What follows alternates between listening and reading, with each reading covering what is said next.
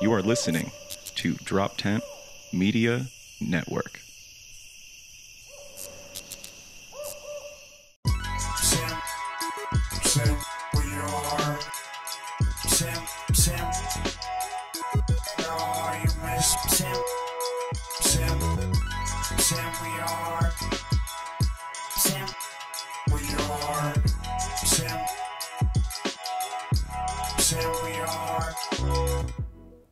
This is Sam Cap and Sam Dub with Sam We Are.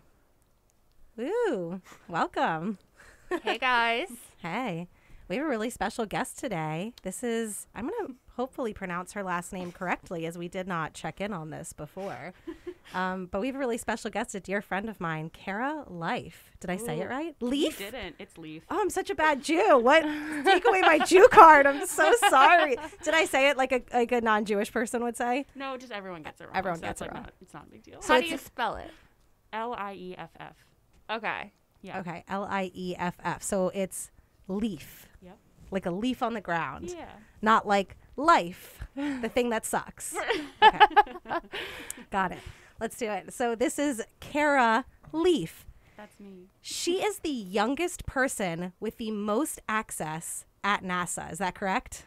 I don't know that for sure. I don't know. I haven't checked in with everyone, but yeah, it is likely that I'm one of the youngest people to have the most media access to NASA through my job. Yeah. And what is your job exactly?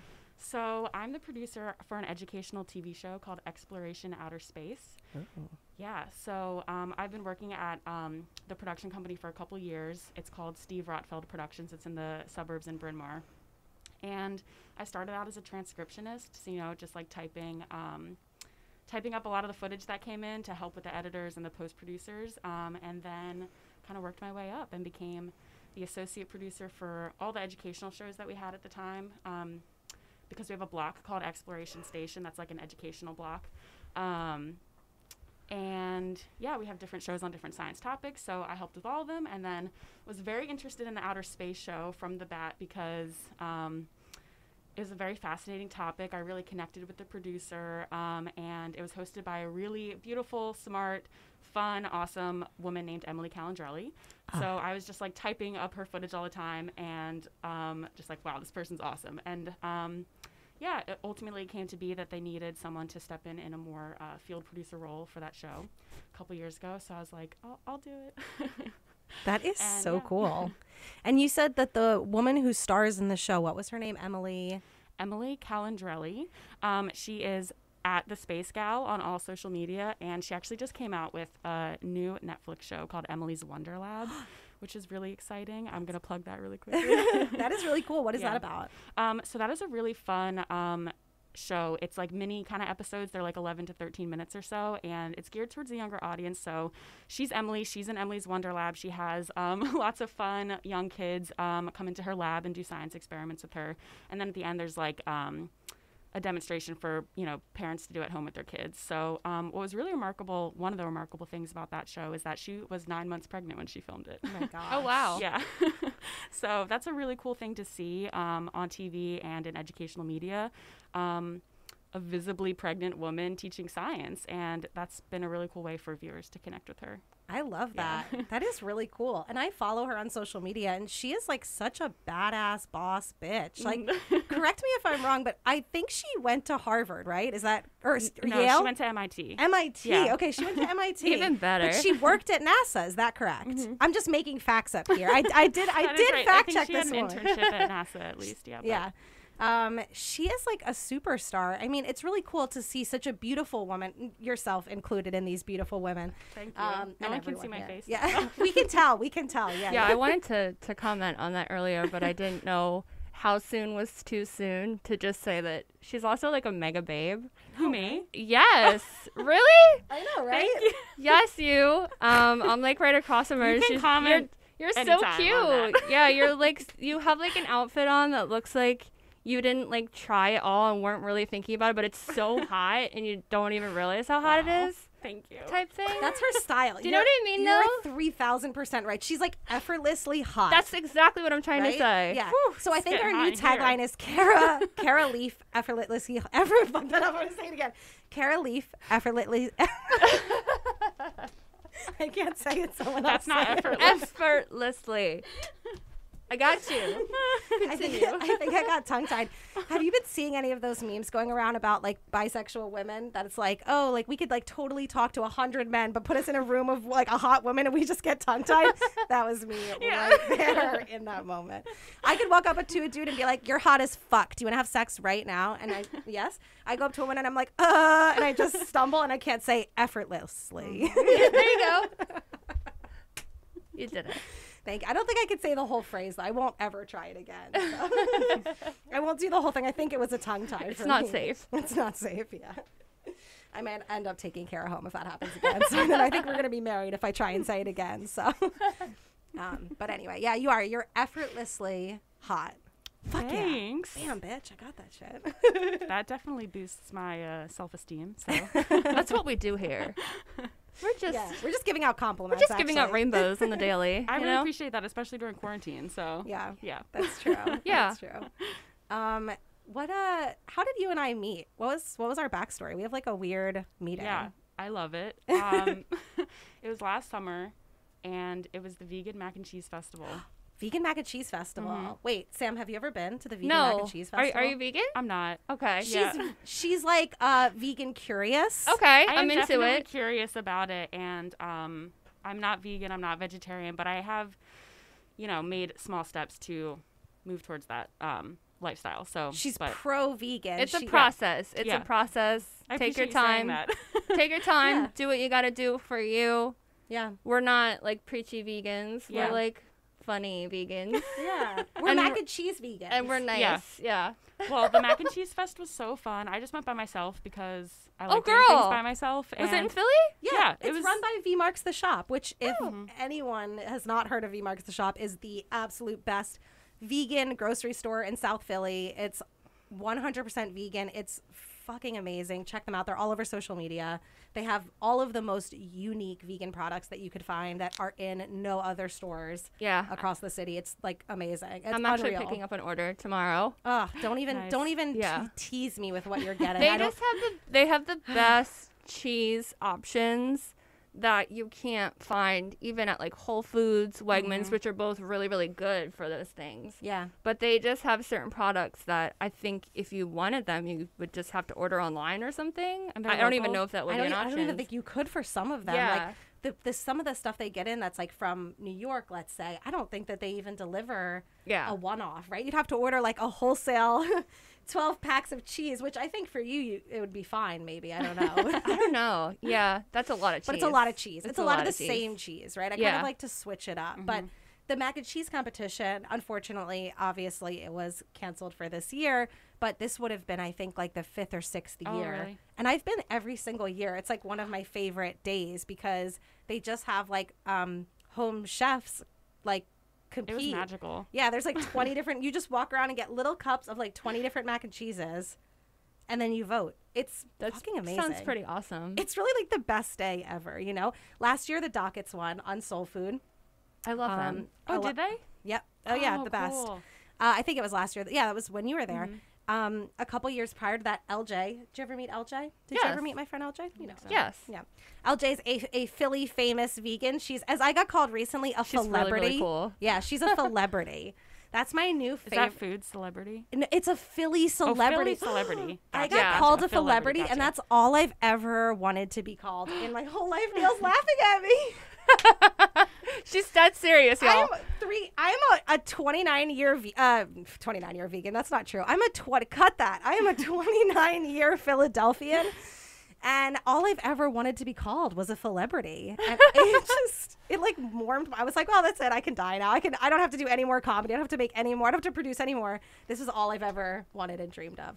It's like my next goal. The only other goal I want is to be a guest judge on RuPaul's Drag Race. That's, Oh, me too. Oh, me too. Listen, you and I, one day, this podcast will get us there. The greatest person that ever lived is RuPaul. Oh my gosh. I mean, of course. I love how we got here. I was like, don't even get me started on RuPaul. Don't even get us started. I sighed. I was like, I don't have time to talk. But where is she? RuPaul? Oh, yes. RuPaul's MIA, right? She deleted her whole Instagram, and it was full of very, very lovely things. Sam is on a conspiracy train about this right now. RuPaul and Britney Spears. I mean, Britney. Are you? I know that you are probably doing very awesome NASA things that are actually useful. But while you're doing all this great stuff for the Earth, I am tracking Britney's free Britney. Britney's movement right That's also now. important. Yeah, and also RuPaul. Yeah. But Free Britney is it is a big thing that's happening right now. Oh my God, I love that we're going here. Do you have another hour and a half? Because I can talk about Britney Spears for 12 hours. All right, no Britney Spears, no RuPaul. Wait, let me tell you. Wait, tell me. So we met at this vegan mac and cheese competition. I'm going to bring us back. I'm going to make this happen. I like it. I've got a train of thought. All right, so we're at this vegan mac and cheese competition. You were there by yourself. I was there with some vegan girlfriends, right? I've got my vegan crew. Lots of those, yeah. Yeah, I'm throwing down hard. I've got the gang out. I've got everyone there. And you're in front of me in line, and we just we're standing there for what feels like 6 hours waiting for mac and cheese. Right. And we just started chatting, right? Yeah, I think so. We just turned around and we were like, oh, what's happening here? Is this where we're supposed to stand? Yeah, I don't remember exactly. It might have been actually around, there was some drama at the end with the votes. Or something. It might have been around that time. So there was this let me tell you, let's bring it back. There was this vegan mac and cheese, what I would like to call Nazi. Okay. Now, I don't mean a Nazi, a Proud Boy Nazi. That's not the kind of Nazi I mean. She was a mac and cheese Nazi, a soup Nazi, throwing it back about 30 years. Mm-hmm. So we're doing the votes. We're tallying the votes for the mac and cheese competition. I walked in 1 minute after the votes closed out, and this woman goes, "The votes are done. You cannot enter." I was like, "What? I paid my money. I ate the mac and cheese. Just take my fucking vote." She's like, "Last year, we had people who put in double votes." She was a vegan mac and cheese conspiracy theorist, okay? I was like, listen, lady, we're at the Rotunda. This is not that deep, okay? I was like, I know the owner of the Rotunda. I know the people who are running this. I know every vendor here. I was like, I am not. She would not let me get my vote in. And I threw a bit of a fit. And I think that's when we met. I think you're right. I think I was like, this mac and cheese Nazi over here. And Kara's like, what is this woman You guys met in the Rotunda? Yeah. I love it. Yeah. And then we started talking more afterwards outside. And I think that's when we realized that we had some mutual friends because he used to work at the Franklin Institute. And I know people that worked at the Franklin. Yeah. And R.I.P. Franklin staff. Yeah. Yeah. Yeah. But you seemed awesome. I think we connected on Instagram. Yeah. And then was the next time I saw you downtown. Yeah, downtown. So then a few weeks after I bumped into Kara for the first time, we were chit-chatting on Instagram, telling each other how much we love each other, all of that good stuff. And then I'm, just having a regular Wednesday. I'm waiting in my therapist's office for my appointment. I'm just chilling. And out walks this gorgeous woman with my therapist. And I'm like, and we just stare at each other and I go, Kara? I go, do you see Erin too? And we have the same therapist. Yeah. It's really amazing. And I feel like if you have the same therapist, you're bound to be friends. You know what I mean? You have to be friends. That's it. You have everything. You have all the same tools. You're coming from the same place. So I think after that point, we knew, we were like, I think we're just destined. We can't fight it. We have to be friends, right? Mm-hmm. Can't fight it. Can't fight it. Yeah. We really can't fight it. Yeah. That was so fun. I just love, random, running into people. We've done that a couple times downtown. But yeah, I feel like, more connected to you because we have the same therapist and because our therapist is so amazing. That's true. That's true. But yeah. That's true. No, I mean, she is amazing. And I'm so grateful. I mean, I saw her for 2 years, and I think everyone should go to therapy, I really do. I think it's something that if you haven't tried at some point, you are missing out and you are not elevating yourself to the full level that you could possibly be. Yeah. Yeah, I needed to do that. Did I just make you sad, Sam? I'm sorry, I wasn't talking to you directly. No, wait. Why would you think that? You sighed. You can hear me? From over there, sigh. Really? We're in the microphones. You were like, I was like, oh no, I said something bad. I'm so sorry. No, I was just reminiscing on the last time that I attempted therapy, shall we say. I went, my therapy appointment was all set up, and I went, and it was a really bad day that just spiraled into like an even worse day.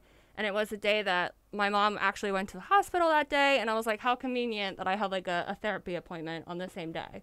So I'm like, all right, it's probably for the best. I can at least talk it out. So I like get there, and I'm like, where the fuck can I park? Typical Philly. I'm like, seriously, I should have got here 20 minutes ago. Right. I'm like driving around frantically. I'm already late. And this is like expensive. So I'm just like eating away minutes that I'm still going to have to pay for that I'm not in there. So I'm like freaking out. I drive around the block. I'm like, God damn it. I'm like literally hitting my steering wheel at this point, like a typical Philadelphian. And I came in, so I was like, I'm just going to randomly park here. Like, I don't even care if this is a spot. And I go in, and she's like, you can't park there. And I like huff and puff, and I like slam the fucking door, and I'm like, God damn it. So I like go back out to my car, and she's like, go this way, go this way, go this way. I'm like, all right. I left my phone in the doctor's office, so I didn't have my nav. I'm in a part of Philly that I'm not like that familiar with. So I was a little bit lost. Yeah, and I live in South Philly, so I don't get to like North Philly that often. So I was legit lost in North Philly for a little bit, trying to figure out where my therapist street was at. So at this point, I'm like 45 minutes into my appointment of like precious, expensive time. Yeah. So I'm beyond pissed off at this point. I get in and I meet this woman. I had no idea who she was. And I'm just like, slamming the door again, like huffing and puffing, like being so overdramatic. But I was just in that mood. And I was like, shit. I was like, I probably shouldn't have yelled at her. Like, it's not her fault. But I was just like in a mood, girl. And I like could not get out of it. I was like trying so hard. I'm like, brave. But I was just like pissed at the whole day.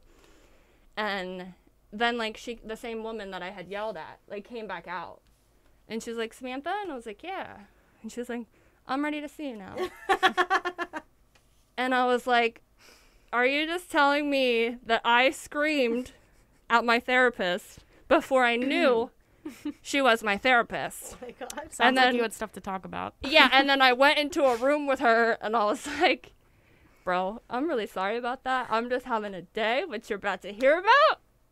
But then afterwards, she billed me, and I realized she like wasn't in my network, which I probably should have checked before going there, but I got recommended to her by a friend. Yeah. So I was like, I'll check her out, But that's the last time I've been to therapy. Ugh, it's frustrating. So I need to find someone. I think it's hard. I think the process of finding a therapist is really difficult, and I think that is one of the biggest hurdles, at least for myself, always has been, is finding the right therapist or finding someone that you feel like, okay, this is a person. How do you decide, who is this stranger I'm going to put my time and energy to invest into, and completely open up to. Yeah. Oh my gosh. Like, that's terrible. I feel like it would just be easier to like get drunk and go on Tinder dates and forget about it. And, just let it slide. And yeah, I think that's really hard. I think finding one is really difficult. I've definitely had bad experiences too. I mean, about 10 years ago when I was in college and I was in therapy, I was telling my therapist at the time, I was in Pittsburgh where I went to college, so different than Philly and just like more small town minded sort of people there. And the therapist, I told her that I was smoking marijuana, and she was like, "You're using drugs? Did you use drugs before you came to our appointment?" And I was like, yeah. And she was like, you can't do that. You cannot use drugs before you come here. You cannot be high before you come here. If you do that, I can't treat you. I was like, oh, okay. So I stood up and I started to walk out, and she said, please don't leave. And I said, you said you can't treat me, so we're done here. And then she said, please sit down. Please, let's talk. And I said, fine, but I'm not paying for the session. And I sat down and fucking talked to her, and I did not pay for that session. That bitch did not bill me, and I never went back to her again. But like, she turned me off from going to therapy for 8+ years when I desperately needed it, so desperately in my life. She was the last therapist I had before my most recent therapist. And it's just interesting, you know, how finding the wrong person can really set you off from it. You just don't want to try again, you know? And not that you found the wrong person, but just even having a frustrating situation where, For sure. you know, you find the person, you do all the thing, and you just have this like bad situation. It doesn't make you want to try again. Yeah, I'll say this. I wasn't enjoying the virtual sessions, you know? I got to say, I don't know. I can't cry in my house, you know? I gotta be in someone else's house to cry. Can't do it. Gotta be in like the right mood and the right setting. My house is not the right setting for it. You know, I need like some candles lit. I need her to play some sad music. You know, Do you have to like watch Old Yeller first? Or? Yeah, I do. I watch movies where the dog dies at the end, and then I just watch it, and then I just sob my eyes out. I do sometimes. Like I honestly can't cry that much. Marley and Me. Yeah, I do. I'll watch sad shit. It's so funny. I just did this storytelling event. I was a guest judge, and I'm listening to these stories. You know, we're on virtual. Cameras are off, so I'm listening to the story with the camera off, and it's a sad story. This woman's telling the story about this person experiencing homelessness, living on her property, and then simultaneous to that, her mother was passing away. You know, it all happened at the same time. It was such a beautiful, you know, story, 5-minute story, beautiful. I fucking start bawling my eyes out like a baby in my house, and then they're like, okay, and now we're about to call up Sam, our guest judge, and I'm like wiping away my tears like it's the first time I've cried in a month, and I'm like, I've been trying to get this out for a month, like, but I had to just wipe it away and suck it up and be tough and go back on screen. I told them I was bawling, but yeah, but it's hard. I wasn't enjoying the virtual life, but I think it's better than nothing, right? It's like you have to do something right now, especially in this weird world that we're in. Yeah. With therapy, I've kind of gotten used to having it be virtual. You know, sometimes technical issues, you know, with my computer or internet are frustrating, of course, but you know, that is the reality that we're living in. And I do look forward to, you know, having an in-person appointment, and I look forward to seeing, you know, I have so many things online, meetings, appointments, all sorts of things, but Can I ask you a question about Erin? Every time when you did your video chats with our therapist, was she in a different part of her house? Not Does always. she have a giant house? Because I talked to this woman every other week for 6 months in quarantine. Yeah. And every single time she was in a different chair in a different part of her house. And that in and of itself caused me anxiety. I was like, where are you? How big is your house? You told me you didn't have your dream house. You lied. You lied. This is a big house. Maybe it's a beach house. It was... Every time she was in there was a different window, there's different lighting, different background. It was so stressful. I was like, where are hilarious. you? Did you notice that? Not to that extent. That's all no. I could think I've about. seen some different locations, but it didn't affect me quite the way it did you, I don't think. All I could think about, Kara. I was like, I totally see what you're saying. I know a lot of people are really into their routines and they're into stability, and when you take that from them, it can make some people very, very upset. Yeah. I'm good with change. I'm very good with change, but but that was one change. I was like, I did it for a minute and I was like, okay, that was interesting. It was an interesting change. Kara, can I ask you, what would I want to ask you? I'm tired. My brain's not here. I was up till 1 a.m. last night. I was up late too. What were you guys doing? What were you doing? I was just on my phone too much, like messaging people or, you know, whatever, reading stuff, Scrolling just on eating the dinner internet. late, watching Moesha. And I'm a night owl though. Binge, Moesha? I just started Moesha, so I'm only a few episodes in, but it will be, yes. But I'm a night owl, so I'm up super late most of the time anyway. And I was like, definitely, I mean, we talked yesterday, which made me feel better, but I was like mega nervous for this. Oh my God, you're doing so well. Yeah. Thank you. And you sound super well spoken. Yeah. Thank you. Yeah, I felt a lot better this morning. Actually, like turned that nervousness into excitement, as we talked about. And now that I'm here, it's totally fine. But I did want to like say a little more about therapy, if you want to stay on that topic go for a for it. second. Therapy is also really, really important to me. And you know, you touched on this, but I just, before I say anything else, think it's really so important to just say that we live in an unjust society, of course, and there are so many barriers to access for a lot of folks regarding healthcare mental health care. And so, you know, I've been pretty lucky in terms of my experiences with therapy, finding a therapist, paying for therapy. I have a lot of privileges in that respect. And it just, I agree that everyone should find a therapy that works well for them, whether that's talk therapy or, you know, whatever else it might be. But it's also really challenging because a lot of folks just don't have the resources or the money or the time to pursue therapy. And yeah, I just wanted to say that. And I hope that we can build towards a, you know, more just society with equitable access to healthcare for everyone. So yeah, but in terms of my experience, I honestly have been pretty lucky in terms of finding a therapist. I was recommended, the office that I first started seeing Erin at in the suburbs was owned by my friend's husband. He owned a practice. So that place was recommended to me. I actually started with a different therapist.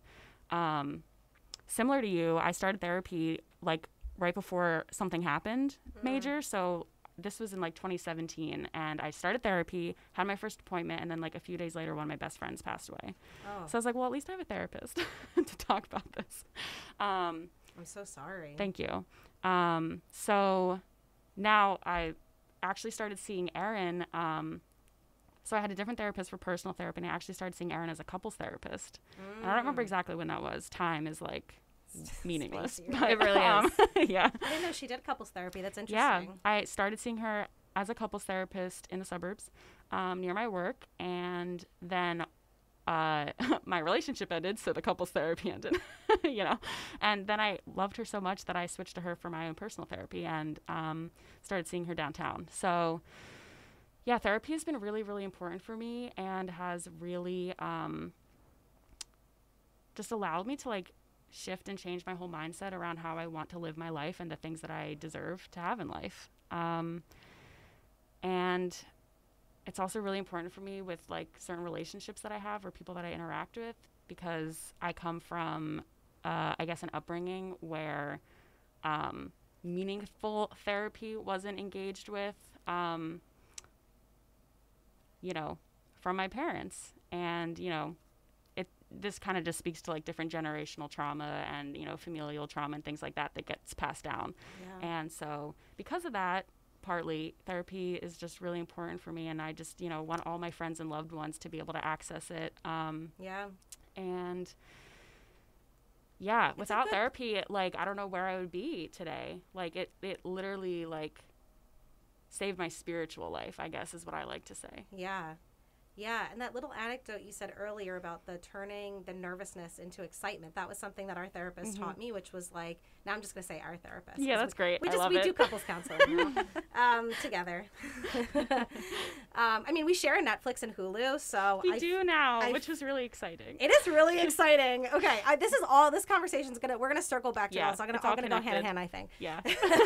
There's a point here, I swear. But yeah, I mean, I think that our therapist really taught me so many important things like that, with, you know, turning the anxiety into adrenaline. You know, I used to have like legit panic attacks before going on stage when I would perform comedy, and I would 10 panic attacks that day. I would be like, I told Kara this, and I would be hyperventilating in like the green room, like no one knew. I mean, I would be keeping it to myself. I was just gonna say that, like, you would never know. I personally would never think. I think you're back there, like, I don't know, doing jumping jacks, like hitting a punching bag or something, like I'm better making now. weird noises like an animal. Yeah, I do that. I actually do that. I do like the grunting. jaw stuff. Yeah. I do like back these, there. and I go, oh, Yeah. you know, like pretend I'm like an actress. No, I think, but when I first started though, I always would have panic attacks when doing any sort of public speaking.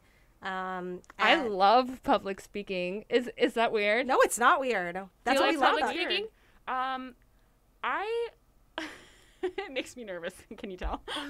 We're Jews. Everything makes us nervous. You know what I'm saying? Like, it's part of that familial trauma, that generational trauma, the nervousness. I mean, we joke about Jews being nervous, but I think it straight up stems from, you know, from all of the trauma that our families have experienced over, you know, just recent generations. I mean, that doesn't go away. Did you have family? Not to be deep, but did you have family in the Holocaust? Just real fast. Just say it. No, it's fine. Our grandparents weren't, but the great grandparents, they left in 1900 from Eastern Europe, but all of their siblings died, like 14, 15 siblings all died in the Holocaust. But, you know, that one that we came from, they made it over here. Like 1900, but they came from Russia like before all of that. It's okay, Sam. I know this was deep. It was deep. You're like, is it going to end? Are we talking about Nazis? I got a message on my watch. What's happening? We don't want to talk about the Holocaust. Can we talk about weed again? Just kidding. No, I hope this doesn't sound bad because I am not Jewish and I don't want to say. I always ask Sam, I'm like, is this appropriate? Like, because I genuinely don't know. Sure, yeah. And I think that's something that a lot of people like are afraid to admit, that they don't know something, whereas I'm like, is this appropriate? Because I am white and we are ignorant folk. Facts. And we refuse to ask for answers, and instead we just like to stay ignorant, and I'm not like that. So I always ask, but I always feel like awkward saying that. Like, the whole thing really fascinates me, and it's actually like one of my favorite subjects to read about, because like just everything that went on is just unbelievable. Like, truly unbelievable. It's one of my, I know it sounds weird as well, but I studied it a lot in college. I studied a lot my entire life. I mean, my family shoved it down my throat when I was way too young to be experiencing like traumatic Holocaust stuff. I don't know if your family did that too, but like they were sort of like, okay, like we're going to go to the Holocaust Museum when you're 8 years old and like look at all the pictures of the dead bodies, and here's all their shoes and here's all their combs, and like, why am I 8 years old and you're telling me all, like, I don't need to like see these my parents love a good documentary, you know? So, I do too. And at 8 years old, I don't need to be seeing about the torture that, you know, it's like, it's so, and, you know, I think that's where a lot of my anxiety comes from. I used to always be afraid of like being, like taken, you know, like I was always afraid someone was just gonna scoop me on up, and I was like, where did that come from? And I recently realized like that's like a Nazi fear. I'm not just like afraid of like a big bad guy. Like I was like afraid that like Nazis were gonna come take us when I was little, and that like continued my whole life, that like, oh my God, someone's trying to like scoop me up and just, you know, just run away with me. And like that's like that's like that fear I think stems from like, anyway. But to circle back to therapy. Just to end the Nazi conversation. We had mac and cheese Nazis, then we talked about real Nazis. So just to bring it all back. What was I going to say about therapy? So adrenaline, anxiety, therapy, You were boyfriends. talking about, you know, Life free changing. performances. We were also maybe going to talk about Netflix and Hulu. Oh my God, we share on Netflix and Hulu. Okay. What do you guys watch? What are we watching? I don't watching check Moesha her out. Just okay, now. Are you one of those people that like picks one show, then like goes through that whole show? Pretty much. I Yeah. might have like a couple on deck, but yeah, pretty much. I'm doing that too right now, currently. But can I share why we're sharing a Netflix? Yeah, and Hulu tell us account? why. Well, because I love you. I mean, But- besides that. So, this is embarrassing, I guess, but For like both good. of us, right? Good, we love embarrassing. Go for it. So, I was in a long-term relationship from the age of 17 to, how old am I? I'm 27. So Math. 25? Till 26. Okay. So very long term. Anyway, that relationship ended in the beginning of 2019, but I was still on some of the streaming services on my ex's account until very recently, which they knew about. Like, it wasn't a secret or anything, but I was like, it was getting to the point where I was like, I can't do this anymore. Too much. It's embarrassing. So you were also We have the same somehow situation. sharing with an ex streaming services. We're like, fuck this. Same. We have parallel situations. Yeah. I was with an ex for 5 years, and then when we broke up, which was almost 2 years ago next month, woo, which we like to call it my freedom date, or my divorce date. And I was still, up until last month, still sharing Netflix, Hulu. I am legit still on his Amazon Prime though, so I got off the Prime if early. anyone wants to put me on their Prime and take me on, like I'll happily join your family. You know, I'm a good family member. I will bring cannabis. I will keep the house clean. I will cook for you. You know, so just throwing that all out there. We do cook a lot. I do cook a lot, you know, just all I need is a little Amazon Prime and I'm yours. I'm just kidding. I'm taken. So that was not an offer to anyone listening to this right now. Just an offer for Amazon Prime if anyone wants to take me in. But Yeah, and so and also my ex randomly in the middle of quarantine changed his Hulu password without saying it. You're not gonna let me save my shows. I was in the middle of watching Golden Girls. You're just gonna take that away from me in the middle of quarantine and not say anything, and then you're still gonna be actively adding shows to your Netflix on my Netflix? Fuck that. So I got mad about that. Yeah, I lost kinda my Hulu. shady. It was shady. I was Yeah. like, why? And why would you do that? And then you're just going to... And I went on his Netflix. I was like, let's see if he added a new show recently. And he did. And I was like, motherfucker's still using it. I was using the guest account on Hulu. And someone else is obviously also using the guest account on Hulu. And, like, all the Real Housewives were added. And, like, someone else like, it's time. I need to... You know what? You're like, I don't want to know what his new girlfriend is watching. Well, I don't need to know who it was. It's none of my business. And, yeah, I don't care about that as much. But I was like, this is just a point. So, anyway, I'm really glad that we decided I to see your share. name now. It's really sweet. It's better. It's so much better than seeing my ex's name every time I logged onto my Netflix every single day. I mean, that was rough. Yeah. We'll see if I ever get off the Amazon Prime. I mean, what's the point? I'm not really trying to like spend an extra $150. I also think he still pays for the data on my iPad. I'm not really sure how that works. I just wanted to throw that out if anyone cared, but I'm like 3,000% sure he still pays for the data on my iPad. He was really bad with money. He like racked up like $40,000 of debt while we were together. Whoa. So he just like doesn't, we're stressing Neil out right now. We're stressing our producer out. He's like, oh my God, these poor women. He doesn't even know the worst parts about these guys. You know, these are just the normal I'm not things. here to badmouth Yeah, anybody. these are just the normal things. But I can talk about it through a lens of trauma and therapy. I want to do that. Wow, you are so elevated. I love that. That was elevated. Yeah, thank you for being so honest earlier about your perspective. It was much appreciated and Yeah, brave. Of course. Oh, thanks. Yeah. I didn't even really say that much. You did, though. You do. Yeah. You do. Don't sell yourself short. Okay. Yeah. All right. I want to ask about your job, like Yeah. about working in TV as a woman. Being a TV producer is really cool, I think. Being a woman in general, doing anything is cool.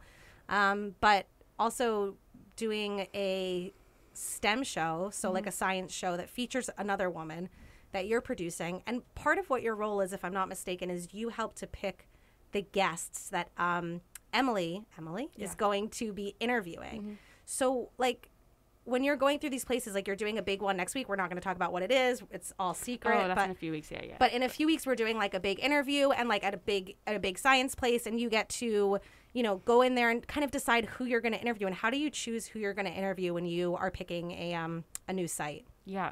So not that this is the point of your question, but just to clarify, what I'm planning now are like social distance shoots. So I'm not going to actually go to any place because of the pandemic. Great. We're just interviewing some experts in their homes, and either I or Emily will like video monitor in to do the interview. Cool.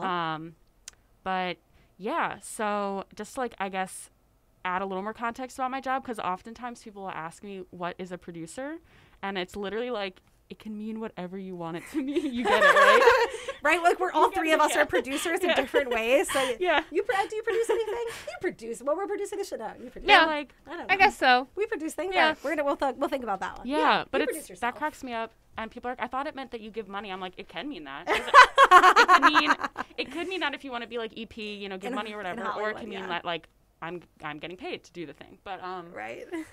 yeah, so in terms of my job, what it meant to be a producer, what it means to be a producer is exactly what you said. That's kind of where it starts. Me and Emily and, you know, the team will work together to figure out what stories we want to tell for the upcoming season and kind of like group them into different themes. So, you know, each episode will have its own theme. And we'll typically have, the way the TV show is formatted, usually it's like I can't think of the right magazine style show. So it's like 3 to 4 distinct segments around a theme.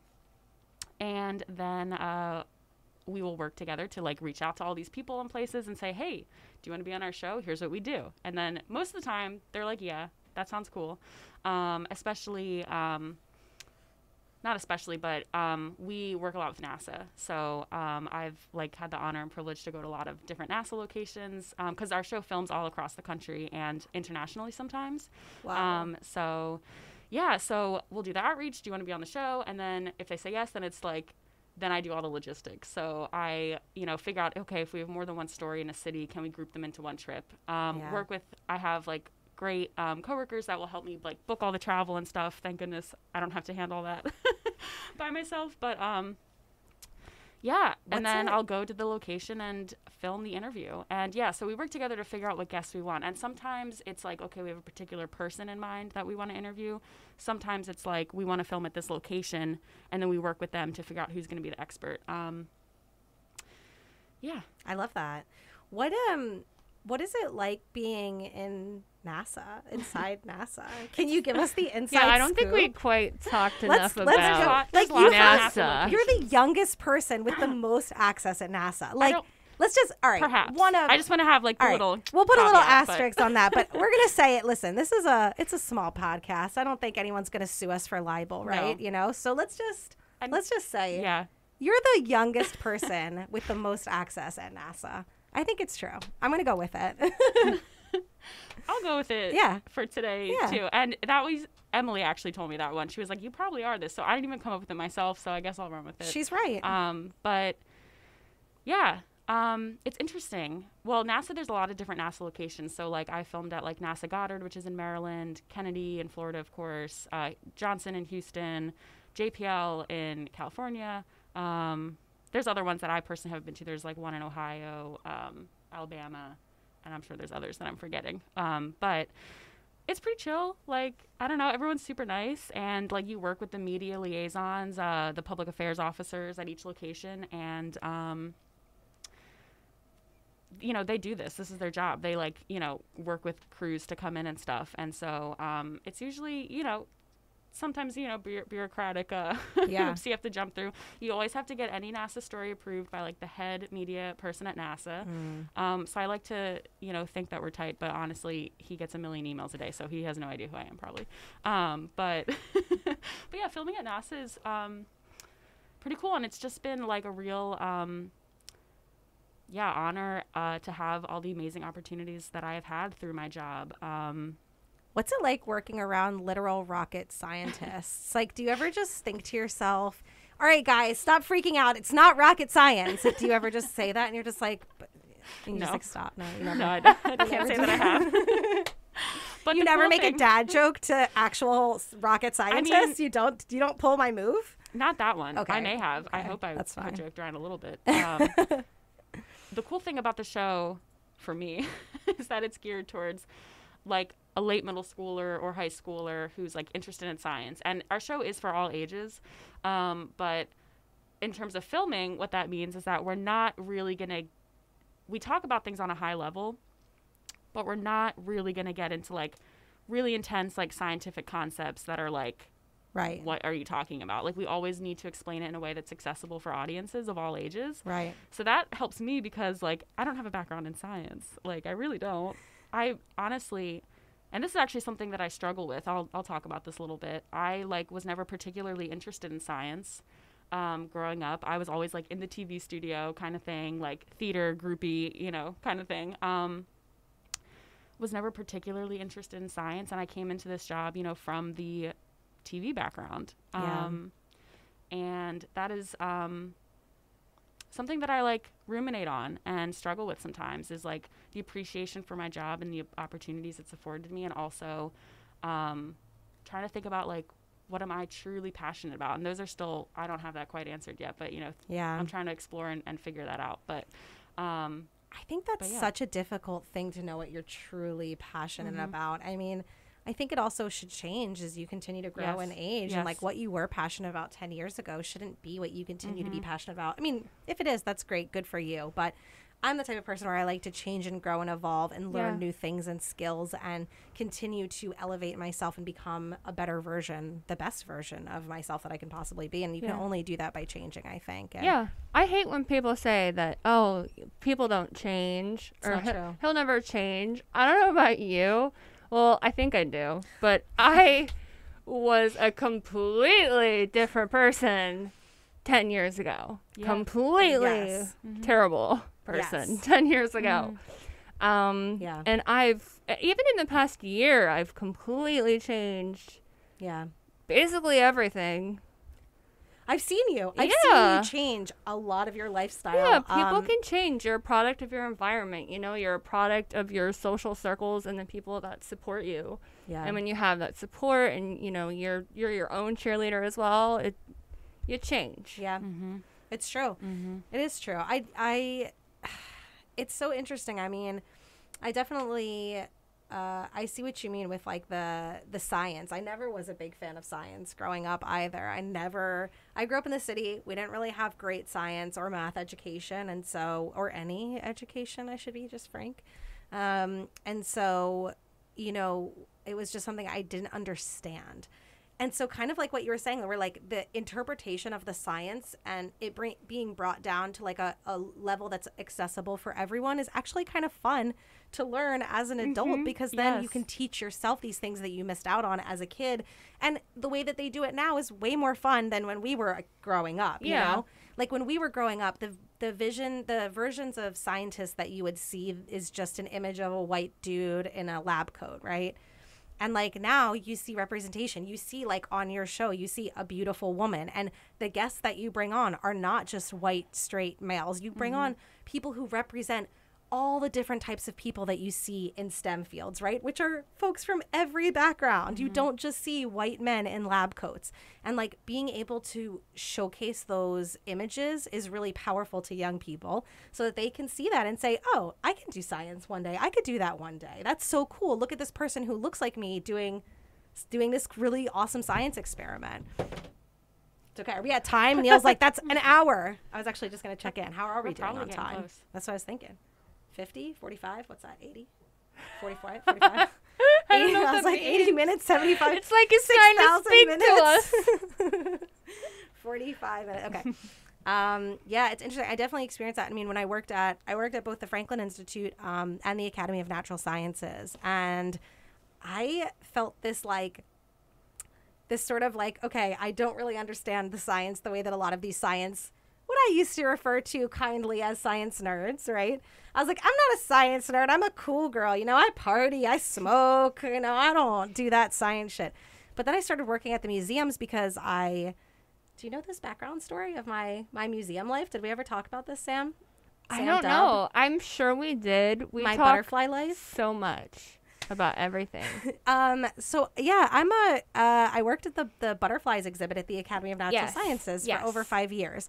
So I went into it because I love butterflies, not because I love science. You know what I'm saying? Like those are two different things. Like I'm a hippie who loves butterflies. I'm not a scientist who loves the science behind butterflies. But I faked it really well because I loved the butterflies so much. But yeah, I worked there for 5 years, and I was, you know, what we do there is exactly what you just described you do on your show, which is science interpreting, where you're taking these big concepts, you know, about, okay, what's the science behind how a butterfly, you know, how do they go through metamorphosis? Why are they fly? What are they doing? How are they doing all this stuff? And you're translating it, you're making it accessible in bite size, you know, and you're making it able for every person around you to understand. And that's like the coolest thing that we can do with science, I think, you know, is to make it available for everyone. Yeah. Do you like science, Sam? I do. I have a big psychology background. That's right. So I am very interested in the human mind and why we do the things we do. But I kind of went the business route with it. So instead of learning about the psychology of humans, I studied the psychology of business and how it works. So that's kind of my background, because I would never want to be a therapist. I'm thankful for the people that are, don't get me wrong. Same. But me myself? No, I have no room to tell anyone anything. Yeah. No, I hear that. When I first went into college, I went in for psychology. Yeah. And I quickly realized I did not want to do that because it was so science involved. And it was just not what I was looking for. I ended up getting my degree in sociology, which was actually what I thought psychology was at the time, when I was a wee little 17-year-old who didn't understand anything. And I sort of wanted to understand like why people do what they do. And the only thing I knew of was psychology. At that time, I didn't even know sociology existed when I was going into college, right? I was like 17 years old, as like a little baby. And I think that's really I think that's really fascinating. I miss being around the butterflies. I was just thinking about them recently. I do. I miss them deeply. Would it be cool if I like raised my own? Like I've been thinking I don't know. about How long do they live? just a few weeks. See, now I think that would be super depressing then, because Yeah. half that's your sad. time would just be spent sweeping up the dead ones. That was pretty much what half my time was Oh spent my at God. the Butterfly Museum. I don't know how you knew that, but yeah. People don't think of it that way. They're like, oh, butterflies are so cute. And I'm Where like, you literally swept them up? 100%. The first thing I did every morning was we had to go around, sweep up the dead ones. We had to like crawl behind the giant bury plants. them? We put them in our freezer. Oh. Yeah. So because the butterflies that we had at the exhibit came from all over the world. They came from Malaysia and just every other continent and every other place that you can think of. We got them from everywhere. And so because they didn't come from America, we had to like put them in a deep freezer to like remove any potential for trace of, bacteria or anything coming from those other places. And then after that, we would be able to like do whatever we wanted with the butterflies. Craft time. Yeah, we did. Well, yeah, I mean, kind of like that. We would put the good ones, we'd find the ones that looked good. And if it was a really well-preserved specimen, we would put it in a box. And then when kids would come into the exhibit, they would want to touch the real butterflies, but we couldn't let them touch the live butterflies because they would, hurt them. They're nasty little fuckers. Yeah, stupid little kids, right? They would just be kind of grabbing. Butterflies are so delicate. Like their wings are like just the thinner Yeah. than paper. That would make me so mad. Did you ever like see a child like... Oh, yeah. Oh. Sometimes I look back on my Facebook memories and it's just like, today I yelled at a 4-year-old, don't touch my fucking butterflies. I'm like, whoa, what are you doing, Sam? Like, why was he so... Where are your parents? Yeah, I used to yell at children, adults. Like, I'd be like, don't touch that. I was hype. I was like a butterfly Nazi. Like, honestly, I would walk around there and I would be creeping on people, like watching their hands. I like, would have too. Mm-hmm. Butterfly, please. Butterfly, please. I was like, these are my babies. I have raised them. These came from the world. They traveled overnight to get it. You don't even know their life story. Did you name them? No, because they, they'd be released and then they'd go out. We'd lose them and then they would die like a week later. So Yeah. But yeah, I mean, it's basically we also had to euthanize them sometimes. What? Yeah, we had to euthanize butterflies sometimes.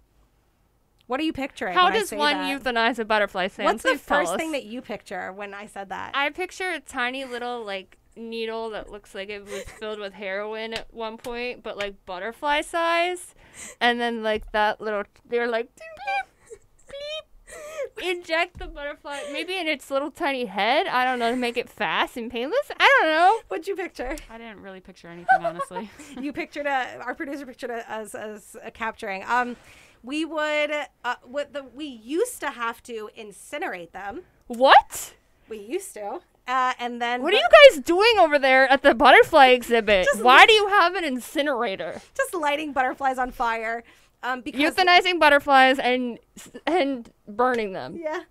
And then the laws changed and we were able to gently let them pass away in the deep freezer. So we would put them in the deep freezer. You would murder them, is what you're saying. We'd shut it, we'd double tap it, and we'd walk Oh my away. God. And we would only do this like if the butterfly, every so often they would emerge from their chrysalis, which just let everyone know it's not a cocoon, it's a chrysalis. Just like be aware of that, please. Just for everyone listening. Be aware. Be aware. It's not a cocoon. Yeah, anyway, the guy who wrote the Caterpillar book messed all of our generation up. So he wrote that in the book and it ruined all of our lives. Anyway, it's not a cocoon, it's a chrysalis. I could talk about this forever, so just let me know when we're getting close to an hour, please, because I could literally go on endlessly as I am a butterfly. It's the only thing I'm an expert in is butterflies and cannabis. It's just the two things. And yeah, so sometimes they would emerge from their chrysalids deformed.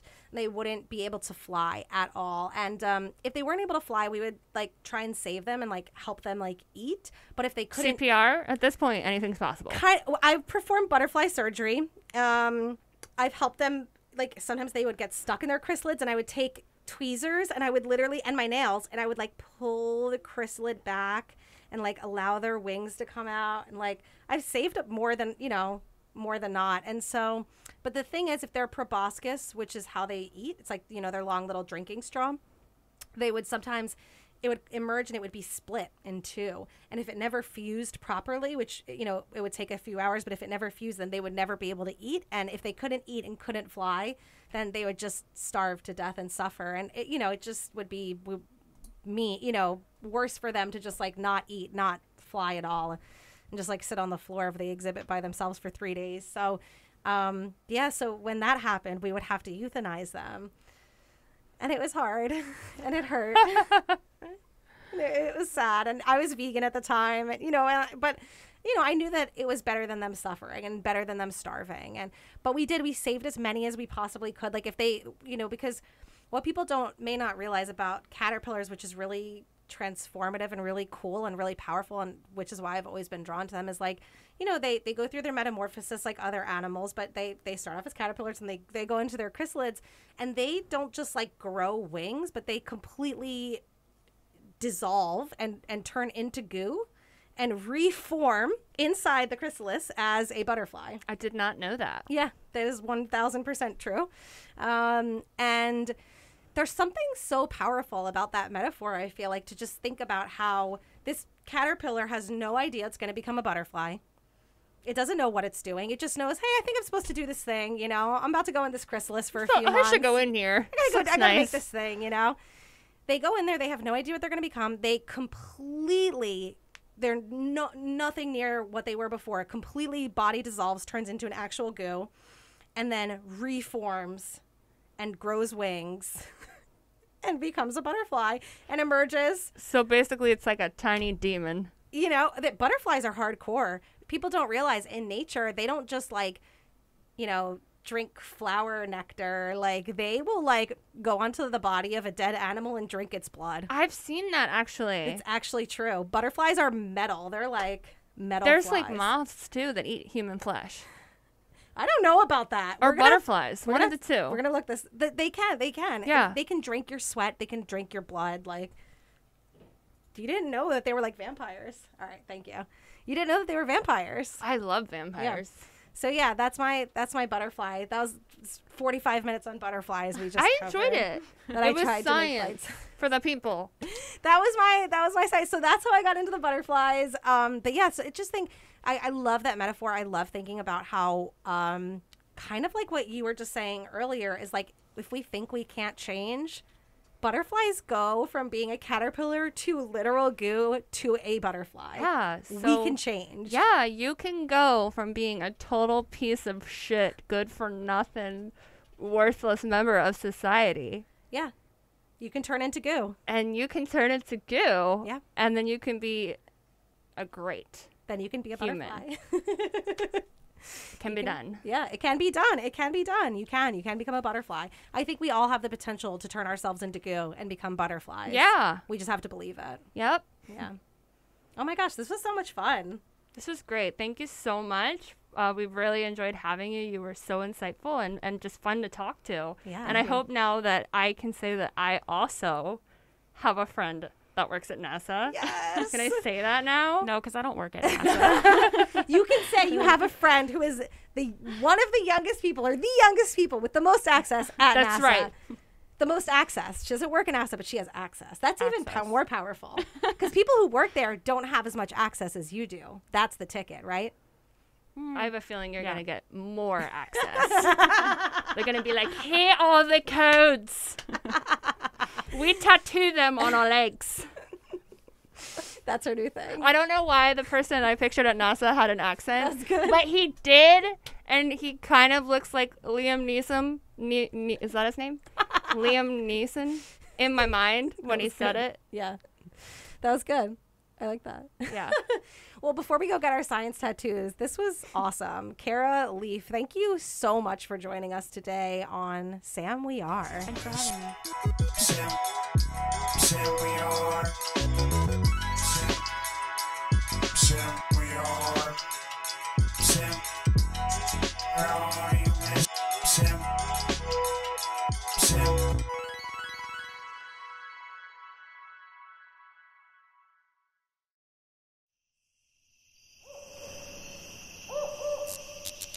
This has been a Drop Tent Media production.